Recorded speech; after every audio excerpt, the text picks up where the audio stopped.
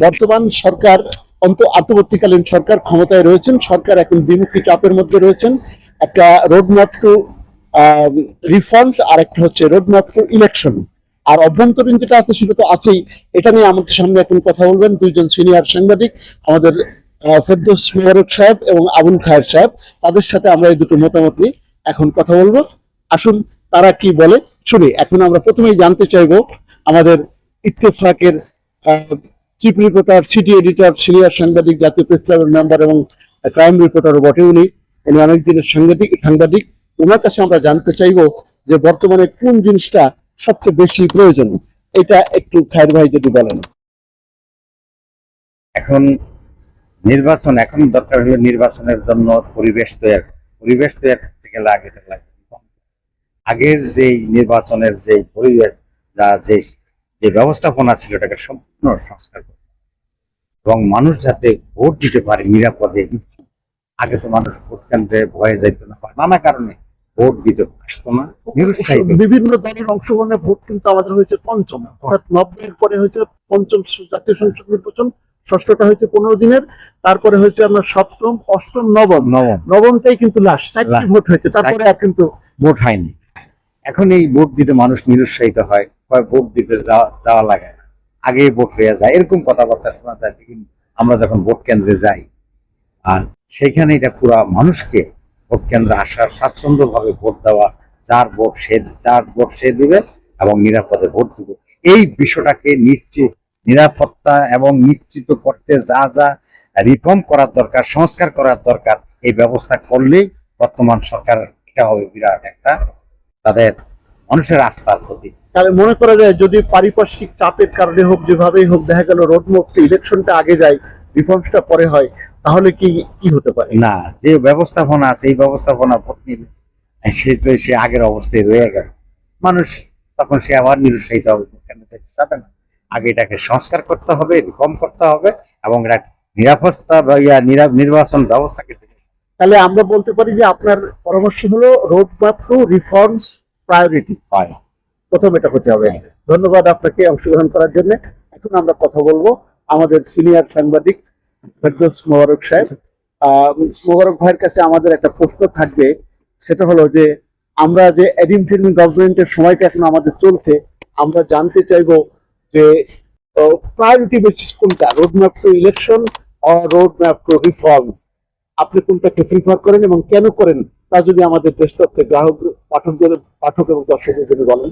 আমি একটু পিছনে যেতে চাই যে আসলে দেশটা কিসের জন্য তৈরি হয়েছে। এটা কোনো রাজনৈতিক নেতৃত্ব প্রতিষ্ঠার জন্য, কোনো সরকার প্রতিষ্ঠার জন্য কিন্তু দেশের জন্ম হয় না, দেশ তৈরি হয় না। দেশ তৈরি হয়েছে মানুষের প্রয়োজনে, মানুষের সেবার জন্য, মানুষ যেন সুষ্ঠুভাবে বাস করতে পারে। আমরা 71-এ যুদ্ধ করেছি, কেন রক্তক্ষরণ করেছে আমাদের, আমরা কেন এত মানুষকে আমরা জীবন স্যাক্রিফাইস করতে হয়েছে আমাদের মানুষের জন্য, মানুষের বসবাসের জন্য, সুন্দর মানুষের জন্য, সুন্দর জীবনের জন্য। তো সেই জায়গা থেকে যদি আপনি বলেন মানুষ যে আকাঙ্ক্ষা নিয়ে জীবন বিসর্জন দিয়েছে, উৎসর্গ করেছে, আমাদের যত ক্ষয়ক্ষতি হয়েছে, সেই আকাঙ্ক্ষা পূরণের দায়িত্ব আমরা কিছু মানুষের হাতে তুলে দিয়েছি। আমরা কিছু যাদেরকে আমরা বলতেছি এই দেশ পরিচালনার ভার দেই, কিন্তু তারা পর্যায়ক্রমে বিভিন্ন সময় তারা হচ্ছে মানুষের যে অধিকার, তার যে ক্ষমতায়ন, মানুষ যে এই দেশের মালিক, সেইখান থেকে বঞ্চিত করতে করতে তারা নিজেদেরকে মালিক বানিয়েছে। এই যতবার মালিক বানিয়েছে, মানুষ বঞ্চিত হয়েছে, তার আকাঙ্ক্ষা পূরণ হয় নাই। এই জন্য বারবার মানুষ তার অধিকার ফিরে পাওয়ার জন্য রাস্তায় নেমেছে, রক্তক্ষরণ করেছে, ক্ষতি করেছে। যেমন হচ্ছে 91 এরশাদের সময় মানুষ রাস্তায় নেমেছে, তারপরে 90-এ অভ্যুত্থানের পরে মানুষ আশা করেছিল যে আমরা আমাদের অধিকার ফিরে পেলাম, আমাদের রাষ্ট্র আমরা ফিরে পেলাম। আমরা আবার কিছু মানুষের কাছে একটা সিস্টেমের মধ্য দিয়ে আমাদের রাষ্ট্র পরিচালনার দায়িত্বভার দিলাম, কিন্তু যাদের হাতে দায়িত্বভার দেওয়া হয়েছে তারা তাদের দায়িত্ব পালন করে নাই। তারা পর্যায়ক্রমে তাদের হচ্ছে নিজেদের নেতৃত্ব প্রতিষ্ঠা করতে গিয়ে তারা শাসক থেকে শোষক হয়েছে। তারা হচ্ছে মানুষকে পরিষেবা দেওয়ার পরিবর্তে তারা নিজেরা বিভিন্ন ধরনের নিজেদের পকেট ভরেছে, মানুষের পকেট কেটেছে। সেবা দেওয়ার পরিবর্তে তারা চাঁদাবাজ তৈরি করেছে, তারা নিজেরা চাঁদাবাজিতে জড়িত হয়েছে। তারা কোনো প্রতিষ্ঠানকে প্রতিষ্ঠানের জায়গায় রাখতে চায় নাই। তারপরে হচ্ছে কি রাখতে চাইনি বলেই তো একটা 5 আগস্ট আসলো।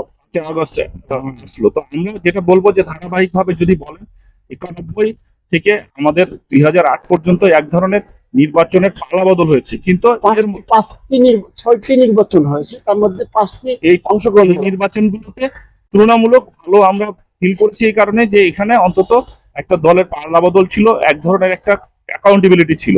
কিন্তু তারপরেও অনেক ধরনের ব্যত্যয় এর মধ্যেও ঘটেছে। আমরা 91 এর পরে যখন 96 নির্বাচনের আগেও কেয়ারটেকার গভর্নমেন্টের জন্য রাস্তায় আন্দোলন করতে হয়েছে, অনেক ক্ষয়ক্ষতি হয়েছে, গাড়ি পড়েছে, মানুষের জীবন গেছে, তারপরেও এই ধারাবাহিকতা ঠিক মতো চলে নাই। আবার হচ্ছে এটার ব্যতিক্রম হয়েছে। আর 2008 সালে এসে নির্বাচনের পরে যেটা হয়েছে সেটা ভয়াবহ, এটা বলার অপেক্ষা রাখে না। এখানে সব ধরনের প্রতিষ্ঠানগুলোকে গুড়িয়ে শেষ করে দেওয়া হয়েছে। এগুলো একটা রাজনৈতিক দলের না, 2008 বলতে আপনি বোঝাতে চাচ্ছেন যে নবম জাতীয় সংসদ নির্বাচনটা ছিল হচ্ছে গ্রহণযোগ্যতার মধ্যে। এটা নিয়ে কিছু আলোচনা থাকলেও থাকতে ব্যাপক পারে। পরিভাবে একটা আলোচনা আছে, বাট ব্যাপক পরিসরে এটা অনেকটা গ্রহণযোগ্য একটা অংশগ্রহণমূলক ছিল। অংশগ্রহণমূলক নির্বাচন। এই নির্বাচনের পরে আমাদের যেহেতু আস্থার সংকট, একদল কোনো দলের উপরে কেউ বিশ্বাস করে না, আস্থা রাখে না, এই জন্য আমাদের যে কেয়ারটেকার সিস্টেমটা চালু হয়েছিল সেই সিস্টেমটাকে সরিয়ে দেওয়ার মাধ্যমে 2011 সালে আবার একদলীয় একটা শাসন ব্যবস্থা প্রতিষ্ঠিত হয়। আর একদলীয় শাসন ব্যবস্থার মাধ্যমে সব ধরনের প্রতিষ্ঠানগুলো একের পর এক নষ্ট করে ফেলা হয়। এবং প্রতিষ্ঠান বলতে আপনি কি আপনার নির্বাচনী প্রতিষ্ঠান, আপনার ব্যাংকিং সিস্টেম, আপনার আপনার হচ্ছে সব ধরনের অবকাঠামো, যেমন ধরেন আপনার ধরেন কিন্তু যে রিজনটা 11 পর থেকে যে এই যে ক্ষমতায় ছিল Sheikh Hasina government, they are demanding that যে তাদের ব্যাংক সেক্টর ঠিক আছে, তাদের তারুণ্য ঠিক আছে, সবকিছু ঠিক আছে, তারা দাবি করেছে। তারা বিভিন্ন সময় বলছে আমার রিজার্ভও ঠিক আছে।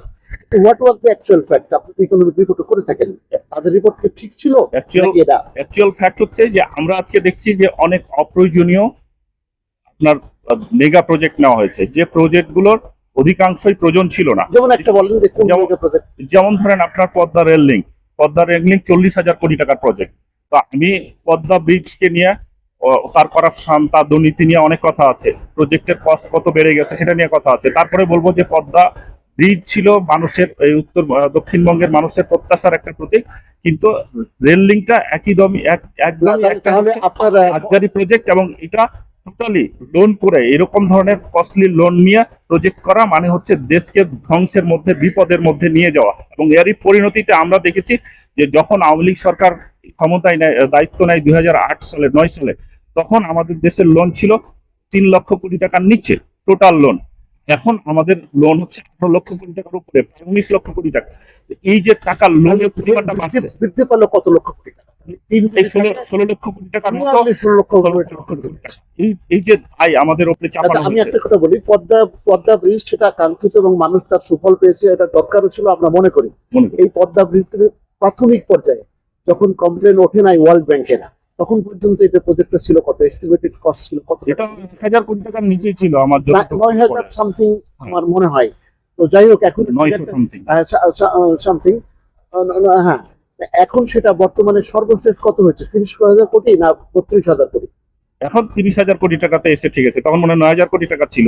এখানেও কিন্তু বৃদ্ধি পেয়েছে প্রায় 21,000 কোটি টাকা। এখানে কিছু ব্যাপার আছে, এখানে যৌক্তিক কিছু বিষয় আছে যে যখন সময় গেছে, জিনিসপত্রের দাম বেড়েছে, তারপরে আপনার এর সাথে আপনার হচ্ছে আপনার যেটা হলো যে কিছু নতুন এরিয়াতে কাজ করা হয়েছে, সেগুলো কিছু যৌক্তিকতা আছে, কিন্তু বেশিরভাগ ক্ষেত্রে এটা নানান ধরনের কারাপশনের কারণে এই দামগুলো বেশি বেড়েছে। একটু যোগ করি, সেটা হলো যে আমাদের যে রেল লিঙ্ক আর পদ্মা সেতু কথা বলছেন, পদ্মা সেতুটা কিন্তু আকাঙ্ক্ষিত এবং মানুষের কাছে খুবই দরকারি ছিল। পদ্মা সেতু প্রজেক্ট হয়েছে আপনার হিসাবে 30,000 কোটি টাকা, কিন্তু রেল লিঙ্ক করতে আমাদের কত টাকা খরচ? প্রায় 40,000 কোটি টাকার মতো আমাদের খরচ হয়েছে। টোটাল 40,000 প্লাস 30,000, 70,000 কোটি টাকা। তাহলে আপনি বলতে চাচ্ছেন যে ঋণ নিয়ে 70,000 কোটি টাকার এই প্রজেক্ট বাস্তবায়ন? আমি আপনার সাথে একটু আলাদা করে বলতে চাই, সেটা হলো যে দুইটা আলাদা প্রজেক্ট, ঠিক আছে, এবং দুইটাকে একসাথে প্রায়োরিটি করতে। প্রায়োরিটি অবশ্যই ব্রিজটা, যেটা মেইন ব্রিজ। হ্যাঁ, তো এই মেইন ব্রিজের সাথে মেইন ব্রিজটা ছিল আকাঙ্ক্ষা। মেইন ব্রিজটাতে অনেক এভিয়েশন ভায়োলেশন, করাপশন, অনেক কিছু থাকার পরেও আমি এই প্রজেক্টটাকে আমি ব্যক্তিগতভাবে সাপোর্ট করি। কিন্তু পরের যে প্রজেক্টটা করা হয়েছে, এটা একটা লাক্সারি প্রজেক্ট, রেল লিঙ্কটা was not necessary like Padma. এটা নেসেসারি লাইক পদ্মা না, আপনি হচ্ছে লোন করে এখন এই ব্রিজ করার কোনো যৌক্তিকতাই আমি কখনো খুঁজে পাইনি, এবং ইকোনমিক্সরাও নানান সময় তাদের এই আলোচনাটা নিয়ে আসছে সামনে যে এই ধরনের লোন করে এই ধরনের প্রজেক্ট নেওয়া, যেখান থেকে আমার রিটার্ন নাই, যেই প্রজেক্টের আমার ব্যবহার হয় না, আপনি এখানে রেল চলতেছেন, এটা কোনো ব্যবহার নাই, তাহলে আপনি এটাকে কেন এত টাকা খরচ করে কেন করেছেন? আচ্ছা, গেল আমরা একটা ডেভেলপমেন্ট আলোচনা করলাম বিগত সরকারের সময়, এবং পরবর্তী সময় সরকারের যে সর্বাত্মক বিচার বিভাগ থেকে সব শুরু করে সব জায়গায় যে তাদের একটা পরিস্থিতি খারাপ হয়েছিল বলেই একটা 5ই আগস্ট আসছে, এবং রাস্তায় যে 90-এর মানুষের ঢল দেখেছিলাম সে ঢলটা আমরা 5ই আগস্ট দেখলাম। তাহলে সর্বশ্রেণীর পিপুলের কিন্তু একটা সমর্থন ছিল এই বিপ্লবে। যে বিপ্লবটা সদ্য ঘটে গেল, মানুষের কিন্তু একটা ডিজায়ারেবল জিনিস ছিল। এখন যারা এডিমিটেড গভর্নমেন্ট এসেছে, কালকে দেখলাম যে গভর্নমেন্টের একটা মিটিং এ প্রায় পানির বোতল, এই পানির বোতলের দাম কত, 10 টাকা বা 20 টাকা হতে পারে, 20 টাকা, তার পরিবর্তে জগ গ্লাস দেওয়া হয়েছে। এটা তো একটা সিম্বলিক যে government is trying to save the public মানি। এটা বোঝা যায়, হয়তো খুব বেশি টাকার পার্থক্য না, তাদের অ্যাটিটিউডটা একটা সিম্বলিক প্রমাণ। এই তো আমি মনে করি যে এই গভর্নমেন্ট যেটা করছে এখন পর্যন্ত পাওয়ার নিয়েছে কবে, 8 তারিখে তারা 8 তারিখে তারা শপথ নিয়েছে, তাহলে আমরা ধরে নিতে পারি এখনো তাদের মধ্যে মাস পার হয়নি, না, মাস পার 3 সপ্তাহ হয়েছে। এর মধ্যেই কিন্তু বিএনপি থেকে দাবি উঠেছে বা বিভিন্ন জায়গা থেকে কথা উঠতেছে রোডম্যাপ ইলেকশন এরকম, এবং আমার মনে হয় এরকম একটা চাপের মুখেই আমাদের উপদেষ্টা সাহেব রাজনৈতিক দলের নেতাদের সাথে আলোচনা গতকাল থেকে শুরু করেছেন। এখন আপনি বলেন যে আমাদের কাছে সবচেয়ে গুরুত্বপূর্ণ এই ইলেকশন, রোডম্যাপ টু ইলেকশন আর রোডম্যাপ টু রিফর্মস। রিফর্মস করে তো সহজ কথা নয়, রিফর্মসের জন্য টাইম লাগবে। আপনি বলেন যে কত টাইম হলে কি হলে রিফর্মস করে একটা ফ্রেশ ইলেকশন হওয়া সম্ভব? আমি আপনাকে যে জায়গায় বলবো সেটা হলো যে আমাদের রাজনৈতিক দলগুলো তারা কেউ আমাদের যে এই 5ই আগস্টের বিপ্লবের যে আকাঙ্ক্ষা, এই আকাঙ্ক্ষাগুলো ব্যাপারে কেউ কোনো কথা বলছে না, এবং তাদের প্রায়োরিটিতে এই আকাঙ্ক্ষার জায়গাগুলো নাই। যেমন হচ্ছে আপনার হচ্ছে বুঝতে হবে যে 1000-এর মতো মানুষ মারা গেছে, মৃত্যুবরণ করেছে। 650 জন সরকারি হিসাবে 1000 বলেছে, স্বাস্থ্য মন্ত্রণালয় থেকে এখন বলা হয়েছে যে 1000-এর উপরে মানুষ মারা গেছে। তারপরে কত মানুষ 400-র উপরে লোক চক্ষু হারিয়েছে, অঙ্গহানি হয়েছে, এর মধ্যে অনেকেই ছাত্র। তারপরে হচ্ছে যে অনেকে আরো নানান ভাবে পক্ষাগ্রস্ত, অনেকেই ক্ষতিগ্রস্ত, অসুস্থ, হসপিটালে এখনো চিকিৎসাধীন অবস্থায় আছে। তো এই মানুষগুলোর যে এই যে ক্ষতি হলো, যে প্রাণের যে ক্ষতি হলো, নিশ্চয়ই এগুলোর একটা রিড্রেস, যেটাকে বলে বিচার, যারা এটা করেছে তাদের অবশ্যই বিচারের আওতায় আনতে হবে। কিন্তু আমরা যেটা দেখেছি যে রাজনৈতিক দলগুলো হাতে যদি নির্বাচন বা যে কোনো প্রক্রিয়ায় ক্ষমতাটা চলে যায়, তারা তাদের যে প্রথাগত কাজ কাম, তাদের নিজেদের সম্পদ বাড়ানো, নিজেদের সুযোগ সুবিধা বাড়ানো, ওন প্র্যাকটিস, তো ওইখানে চলে যাবে। আমরা এগুলোর কোনো রিড্রেস পাবো না, এগুলোর কোনো বিচার হবে না। বাট হচ্ছে যে এরকম ধরনের একটা হত্যাকাণ্ড কখনো বিচারহীন হতে পারে না। তাহলে আপনার রোডম্যাপ টু রিফর্ম যদি আমরা যাই, তাহলে প্রথম কাজ হলো যে হত্যার বিচারগুলো করা, অপরাধের বিচারগুলো করা। এই প্রথম কাজ শুধু বলবো না, কারণ এই বিচার করার জন্য এই বিচার করবেন কাকে দিয়া? আমরা চাই না যে প্রহসনের বিচার হোক, আমরা চাই না যে কোনো একজনের প্রতি আরেকজনের প্রতিহিংসার বিচার হোক। আমরা চাই সঠিকভাবে যারা এই হত্যাকাণ্ড ঘটিয়েছে ছেলেকে বাবার খুনি বানিয়ে ফাঁসি দেওয়া, এরকম ধরনের আমরা বিচারের নামে প্রহসন চাই না। আমরা চাই যে প্রকৃত পক্ষে যারা হচ্ছে অপরাধী, যারা হত্যাকাণ্ড করেছে, যারা হত্যাকাণ্ড পিছনে থেকেছে, যারা হত্যাকাণ্ডের জন্য দায়ী, তাই এই শাস্তির আওতায় আসে। এই জন্য বিচার ব্যবস্থা এবং হচ্ছে যে বিচার ব্যবস্থাকে সহযোগী সংগঠন যারা হচ্ছে এটা তদন্ত করবে, যারা তদন্ত করে এইটাকে বিচারের প্রক্রিয়াটাকে নিয়ে আসবে, তাদের রিফর্ম, এই সব প্রক্রিয়াগুলো এখন একই সাথে চলতে হবে। এট দ্য সেম টাইম আপনি জানেন বিচার বিভাগ রিফর্ম করতে হলে একসাথে কিন্তু প্রথম বাধাটা হলো পুলিশ ইনভেস্টিগেশন অথরিটি, সেটাই বলছিলাম। সেটা নেওয়ার পরে কিন্তু আপনার দাবি হচ্ছে প্রথম ম্যাজিস্ট্রেট কোর্ট, তারপরে যাবে কিন্তু আপনার কোর্ট, জজ কোর্ট, তারপরে যাবে হাইকোর্ট, সুপ্রিম কোর্ট, যেখানে যাচ্ছে অ্যাপিলেট। তাহলে আমার তো মনে হয় পুলিশ থেকে আগে রিপোর্ট করতে। আপনার যদি একটা বিচারের মেইন উপপাদ্য কি, সেটা হলো তথ্য, ইনভেস্টিগেশন। যদি আপনার ইনভেস্টিগেশন প্রপার না হয়, ইনভেস্টিগেশন যদি ইনফ্লুয়েন্স হয়, ইনভেস্টিগেশন যদি সাবধান হয়, ইনঅ্যাপ্রোপ্রিয়েট হয়, তাহলে বিচার কোনোদিনই সঠিক আপনি বিচার পাবেন। যতগুলো মামলা হচ্ছে গড়গড়াতে 100-200 এরকম মামলা হয়ে যাচ্ছে, আসামি এরকমই হচ্ছে, এই এত মামলা তদন্ত করার জন্য আমাদের এই 17 বছরে যে শেখ হাসিনা রিজিম ক্ষমতায় ছিল, তাদের সময় প্রতিষ্ঠিত পুলিশ ব্যবস্থা এতগুলো মামলার তদন্ত করার জন্য আমাদের কাছে কি সহায়ক জনবল আছে? আপনি যেটা বলছেন এটা খুবই যৌক্তিক একটা ব্যাপার যে এত মামলা এবং এত আসামি। একই তো- বিষয়ের অনেক মামলা। তবে এখানে হচ্ছে কি যে আমরা এক্সপার্ট নই এই ক্ষেত্রে, ক্রিমিনাল জাস্টিসের ক্ষেত্রে আমরা এক্সপার্ট নই, বাট অবশ্যই এটার একটা কোনো ফর্মুলা আছে যে ফর্মুলা দিয়ে ওনারা বিষয়গুলোকে সামারাইজ করে এটা অনেক ছোট করে নিয়ে আসতে পারবেন। এবং আপনাকে বুঝতে হবে যে আপনি যদি এখন এখন আপনি ওই যে বলে না যে ঠক বাঁচতে কম্বল উজাড়, ঠিক আছে, লোম বাঁচতে কম্বল উজাড়, তখন আপনি যদি যে অবস্থায় নিয়ে গেছে প্রত্যেকটা মানুষ হয় সরাসরি অথবা পরোক্ষভাবে এই যে রেজিমের সুবিধা নিয়েছে। এখন যারা ধরেন ওই সময়ে অ্যাডমিনিস্ট্রেশন, মিডিয়া নানান ভাবে যে যেখানে ছিল, তাই এই সরকারের একদিকে হচ্ছে যে বাধ্য হয়েছে সরকারের সাথে থাকতে, দ্বিতীয় নাম্বার এখান থেকে অনেকেই নানান ধরনের সুবিধা নিয়েছে। আপনি এভাবে What sort of the suggestions you can suggest to us to start investigation about the case? এটা এটা এটা হচ্ছে তারাই মডিউলটা ঠিক করবেন, যেহেতু অলরেডি ইউএন এর একটা এক্সপার্ট টিমকে ডাকা হয়েছে এবং আই থিঙ্ক যে তারা হচ্ছে খুব সহসাই বাংলাদেশে এসে পড়বে। আসলে তারা ওই মডিউলে হেল্প করবে এবং টোটালটা মিলা কিভাবে এই জায়গাগুলোকে আগে অ্যাড্রেস করা যায় পর্যায়ক্রমে পর্যায়ক্রমে তারা এই জায়গাগুলোকে এই address যে করবে। কোন রকম যেগুলো হয়েছে, অপরাধ যেগুলো হয়েছে, সেগুলো একটা পার্ট অফ রিফর্মস এর মধ্যে পড়ে। এগুলাকে সঠিক বিচারে আনা, তারপরে হচ্ছে ইলেকশন মেশিনারিজ তৈরি করা, সেটার ব্যাপারে একটু বলেন। না, এটা এখানে ইলেকশন মেশিনারিজ বলতে কি, আপনি শুধু ইলেকশন কমিশন দিয়া ইলেকশনকে প্রপার করা বোঝায় না। আমার চিন্তা করতে হবে যে দ্রব্যমূল্য থেকে শুরু করে একটু যোগ করে দিই, সেটা হলো যে আমাদের যে গত নির্বাচন ছিল, যেটা হয়ে গেল, এই নির্বাচনে 16,000 কোটি টাকা ছিল হচ্ছে নির্বাচন বাজেট, এই যে দ্বাদশ জাতীয় সংসদ নির্বাচন।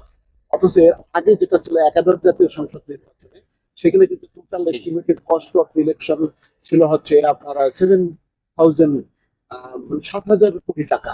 সেটা রাতারাতি শেষ দ্বাদশে রেখে 16,000 করা হয়েছে। এখানেও কিন্তু কথা হচ্ছিল যে প্রচুর পরিমাণে অর্থ ব্যয় হয়েছে, বেশিরভাগ ব্যয় হয়েছে সিকিউরিটি। এখানে তো আপনার বলছিলাম যে আপনার যে খরচ হচ্ছে 4,000 কোটি টাকা অনলি, কিন্তু বাকি 17,000-এর ভিতরে আপনার কত হচ্ছে, তাহলে 14,000 কোটি টাকা। আপনি যখনই হচ্ছে কোনো কিছু আনইউজুয়ালতে করতে যাবেন, ঠিক আছে, তখনই আপনার খরচ বেশি হবে।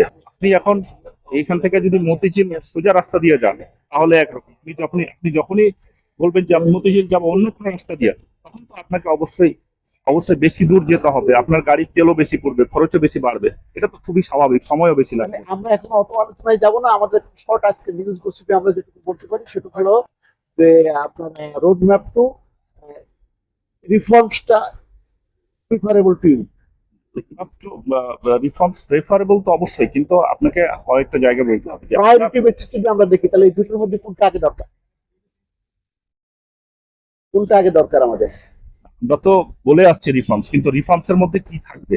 রিফর্মস এর মধ্যে প্রায়োরিটিতে আপনাকে দেখতে হবে যে আপনি আপনি আপনি হচ্ছে কেন এই যুদ্ধ করেছেন, এই কেন বিপ্লব নিয়ে আসছে, কেন দেশের মানুষ রাস্তায় নেমে পড়লো, কেন একটা নিরীহ মা, নিরীহ মহিলা রাস্তায় নেমে পড়লো ইমোশন নিয়ে, কেন একটা স্কুলের ছাত্র কেন রাস্তায় নেমে পড়লো।